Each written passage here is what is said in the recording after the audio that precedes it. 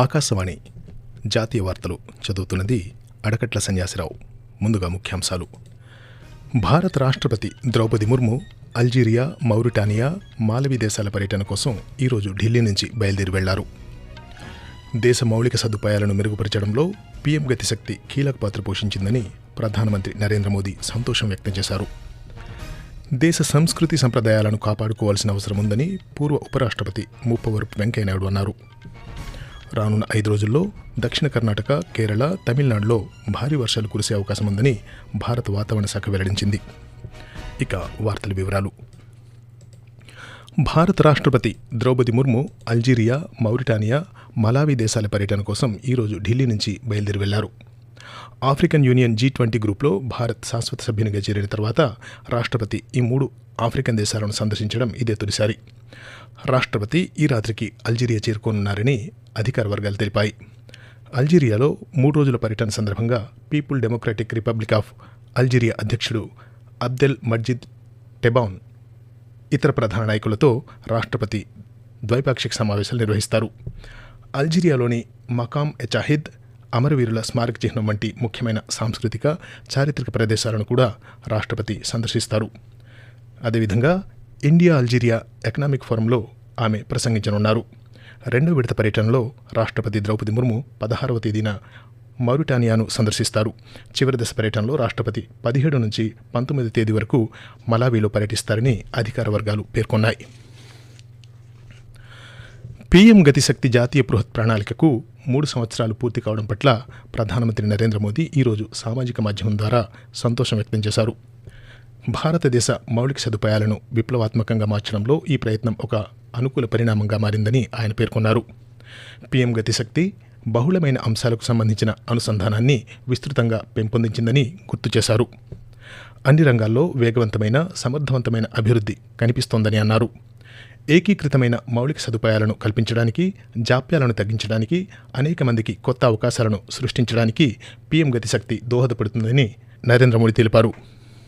ఇదిలా ఉండగా ఈరోజు న్యూఢిల్లీలోని భారత్ మండపంలో ఉన్న పీఎం గతిశక్తి అనుభూతి కేంద్రాన్ని ప్రధానమంత్రి సందర్శించారు. పీఎం గతిశక్తి ప్రభావం వల్ల దేశవ్యాప్తంగా ప్రాజెక్టుల ప్రణాళికతో పాటు అమలులో సాధించిన పురోగతిని ఆయన ఈ సందర్భంగా అభినందించారు. దేశ సంస్కృతి సంప్రదాయాలను కాపాడుకోవాల్సిన అవసరం ఉందని పూర్వ ఉపరాష్ట్రపతి ముప్పవరపు వెంకయ్యనాయుడు అన్నారు. తెలంగాణ రాష్ట్ర రాజధాని హైదరాబాద్ నాంపల్లి ఎగ్జిబిషన్ గ్రౌండ్స్లో ఈరోజు నిర్వహించిన అలై బలై కార్యక్రమంలో హర్యానా రాష్ట్ర గవర్నర్ బండారు దత్తాత్రేయతో కలిసి ఆయన పాల్గొన్నారు. ఈ సందర్భంగా వెంకయ్యనాయుడు మాట్లాడుతూ నేటి సమాజానికి సమైక్యత ఎంతో ముఖ్యమని తెలిపారు. కుటుంబం, ప్రాంతం, దేశం, ప్రపంచమనే సమైక్యత భావన పెరగాలని వెంకయ్యనాయుడు పేర్కొంటూ, ఈ అలై భలై కార్యక్రమం పేరుతో ఒకరినొకరు ఆప్యాయంగా పలకరించుకోవడం, దానిలో ఉన్న స్ఫూర్తి ఏంటంటే మనందరం సోదరులం, హిందువులం, బంధాలను, అనుబంధాలను, మైత్రిని పరిపుష్టం చేసే గొప్ప సందర్భం పండగ. ఈ పండగకు సన్నద్ధం అవుతున్న దగ్గర నుంచి పండగ పూర్తి వరకు ప్రతి సందర్భంలో సమిష్టి తత్వం కనబడుతుంది. అంటే కలిసిమెలిసి ఉండాలి. ఇలాంటి కార్యక్రమాల ద్వారా ఆలోచనలు కలుస్తాయి, సోదర భావం పెంపొందుతుంది, ఫలితంగా మనసుల మధ్య సమైక్యత, వారధుల యొక్క నిర్మాణం కూడా జరుగుతుంది. భారతీయ సంస్కృతి గొప్పతనాన్ని ఇలాంటి పండుగల ద్వారా ముందుకు తీసుకెళ్లాలి. రానున్న 5 రోజుల్లో దక్షిణ కర్ణాటక, కేరళ, తమిళనాడులో భారీ వర్షాలు కురిసే అవకాశం ఉందని భారత వాతావరణ శాఖ తెలిపింది. రాబోయే 2 రోజుల్లో అండమాన్ నికోబార్ దీవులు, అరుణాచల్ ప్రదేశ్, అస్సాం, మేఘాలయ, నాగాలాండ్, మణిపూర్, త్రిపురలలో తేలికపాటి నుండి మోస్తరు వర్షాలు కురుస్తాయని కూడా ఐఎండీ అంచనా వేసింది. కాగా గుజరాత్, మధ్యప్రదేశ్, జార్ఖండ్, బీహార్, పశ్చిమ బెంగాల్, సిక్కిం, మహారాష్ట్ర, ఛత్తీస్గఢ్, ఒడిశాలోని మరికొన్ని ప్రాంతాల నుంచి రానున్న 2 రోజుల్లో నైరుతి రుతుపవనాలు మరింత ఉపసంహరించుకునేందుకు పరిస్థితులు అనుకూలంగా ఉన్నాయని భారత వాతావరణ శాఖ తెలిపింది. అస్సాంలో స్వల్ప భూకంపం సంభవించింది.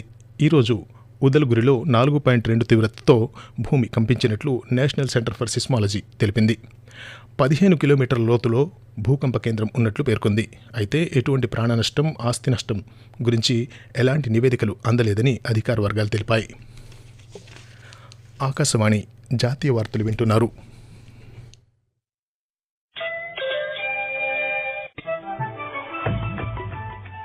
ఖచ్చితమైన సమాచారం, నిష్పాక్షికమైన విశ్లేషణలు, విశ్వసనీయ వార్తా ప్రసారాలకు వేదిక ఆకాశవాణి. దేశ ఆర్థిక, రాజకీయ, సామాజిక సాంస్కృతిక అంశాలకు సంబంధించిన నిరంతర వార్తా విశేషాల కోసం ఆకాశవాణి సామాజిక మాధ్యమ వేదికలైన news on air YouTube channel ను, newsonair.gov.in వెబ్సైట్ ను, ట్విట్టర్ లో ఆల్ ఇండియా రేడియో న్యూస్ ను వీక్షించండి. తెలుగు ప్రాంతీయ వార్తా విశేషాల కోసం ఆకాశవాణి న్యూస్ విజయవాడ మరియు Akashvani news Visakhapatnam YouTube channels ను వీక్షించండి. ప్రపంచవ్యాప్తంగా ప్రమాదాల తగ్గింపు కోసం అంతర్జాతీయ విపత్తు దినోత్సవాన్ని ఈరోజు అన్ని దేశాలలోనూ జరుపుకుంటున్నారు. ప్రమాదాలపైన అవగాహనను పెంపొందించడం, అదే అంశం మీద పెద్ద ఎత్తున ప్రచారం చేయడం ఈరోజు లక్ష్యం. రేపటి తరానికి మంచి భవిష్యత్తు కల్పించడం, అదేవిధంగా ప్రమాదాల రహిత భవిష్యత్తు కోసం యువతను శక్తివంతం చేయడం, ప్రాథమిక విద్యా బోధనలోనూ ఈ అంశాలు చేర్చడం ఈ సంవత్సరానికి సంబంధించిన అంశం. ప్రమాదాలు లేని సమాజం కోసం అంతా కలిసి కృషి చేయాలన్నదే ఈరోజు ముఖ్య ఉద్దేశం. పశ్చిమ బెంగాల్లో దుర్గాపూజ ముగిసిన తర్వాత ఈరోజు విగ్రహాల నిమజ్జనం ప్రారంభమైంది. నిన్న కూడా కొన్ని గృహాల పూజల విగ్రహాలను నిమజ్జనం చేశారు. నిమజ్జనం సందర్భంగా ముఖ్యమైన నదులు, చెరువుల ఘాట్ల వద్ద అధికార యంత్రాంగం భద్రత ఏర్పాటు చేసింది. గంగా నది ఘాట్లతో సహా ఇతర నదులు, చెరువుల వద్ద విగ్రహ నిమజ్జనం కోసం సర్వం సిద్ధం చేశారు. ఎలాంటి ప్రమాదాలు జరగకుండా రివర్ ట్రాఫిక్ పోలీసులు గస్తీ నిర్వహిస్తున్నారు. అదేవిధంగా అస్సాంలో ఈరోజు రాష్ట్ర వ్యాప్తంగా దుర్గా విగ్రహాల నిమజ్జనం జరుగుతోంది. నిమజ్జనం సందర్భంగా పాటించాల్సిన మార్గదర్శకాలను అధికార యంత్రాంగం జారీ చేసింది. దుర్గామాతకు ఘనంగా వీడ్కోలు పలికేందుకు భక్తులు పెద్ద సంఖ్యలో పూజా వేదికల వద్దకు చేరుకున్నారు. గౌహతి నగరంలో బ్రహ్మపుత్రలో నిమజ్జనం ఉత్సాహంగా సాగుతోంది. దేశ రాజధానిలో విద్యారంగ అభివృద్ధికి ప్రభుత్వం కట్టుబడి ఉందని ఢిల్లీ ప్రభుత్వం స్పష్టం చేసింది. ఇందులో భాగంగా ప్రభుత్వ నిధులతో నడిచే కళాశాలలకు 100 కోట్ల రూపాయల నిధులను ఈరోజు విడుదల చేసింది. 2024-25 ఆర్థిక సంవత్సరంలో కళాశాలలకు 400 కోట్ల రూపాయల బడ్జెట్ కేటాయింపులు జరిపినట్టుగా తెలిపింది. ఐక్యరాజ్యసమితి దినోత్సవాన్ని పురస్కరించుకుని ఈ నెల 24వ తేదీన దేశంలోని అన్ని ముఖ్యమైన భవనాలపై జాతీయ త్రివర్ణ పతాకంతో పాటు ఐక్యరాజ్యసమితి జెండాను ఎగురవేయాలని హోం వ్యవహారాల మంత్రిత్వ శాఖ కోరింది. రాష్ట్రాలు, కేంద్రపాలిత ప్రాంతాల్లోని అన్ని కేంద్ర విభాగాలు, పరిపాలనా భవనాల మీద ఐక్యరాజ్యసమితి పతాకం ఎగురవేయాలని సూచించింది. అయితే రాష్ట్రపతి భవన్, ఉపరాష్ట్రపతి భవనం, పార్లమెంట్ హౌస్, సుప్రీంకోర్టు భవనం, రాజ్భవన్, శాసనమండలి, శాసనసభల భవనాలపై ఐక్యరాజ్యసమితి జెండాను ఎగరవేయరాదని మంత్రిత్వ శాఖ జారీ చేసిన ఆదేశాల్లో స్పష్టంగా పేర్కొంది. ముంబై లోకల్ ట్రైన్కు చెందిన 2 బోగీలు ఈరోజు పట్టాలు తప్పాయి. దీంతో పశ్చిమ రైల్వే డివిజన్లో రైళ్ల రాకపోకలకు అంతరాయం కలిగింది. ముంబై సెంట్రల్ నుంచి కార్ షెడ్లోకి వెళ్తుండగా ఖాళీగా ఉన్న ఈఎంయు రేక్కు చెందిన 2 కోచ్లు పట్టాలు తప్పినట్లు Western Railway chief public relations అధికారి వినీత్ అభిషేక్ తెలిపారు. రైలు ఖాళీగా ఉండడంతో ఈ ఘటనలో ఎవరూ గాయపడినట్లుగా సమాచారం అందలేదని పేర్కొన్నారు. అయితే బోగీలు పట్టాలు తప్పడంతో సబర్బన్ సేవలకు అంతరాయం కలిగిందన్నారు. ఐసీసీ మహిళల టీ20 ప్రపంచకప్ 2024లో భాగంగా భారత్, ఆస్ట్రేలియా జట్ల మధ్య కీలక మ్యాచ్ జరుగుతోంది. యూఏఈలోని షార్జా క్రికెట్ స్టేడియంలో టాస్ గెలిచిన ఆస్ట్రేలియా మహిళల జట్టు 11 ఓవర్లకు 2 వికెట్ల నష్టానికి 70 పరుగులు చేసింది. టీమిండియా సెమీఫైనల్కు చేరుకోవడానికి ఈ మ్యాచ్ చాలా కీలకం కానుంది. పశ్చిమ బెంగాల్ ప్రభుత్వం తమ డిమాండ్లను పరిష్కరించకపోతే మూకుమ్మడి రాజీనామాలు చేస్తామని ఆ రాష్ట్ర సీనియర్ వైద్యుల బృందం స్పష్టం చేసింది. పశ్చిమ బెంగాల్లోని కోల్కతా ఆర్జికర్ ఆసుపత్రిలో ట్రైనీ జూనియర్ డాక్టర్పై అత్యాచార ఘటనకు సంబంధించి బాధితురాలి కుటుంబానికి మద్దతుగా పలువురు జూనియర్ వైద్యులు ఆమరణ నిరాహార దీక్ష చేస్తున్నారు.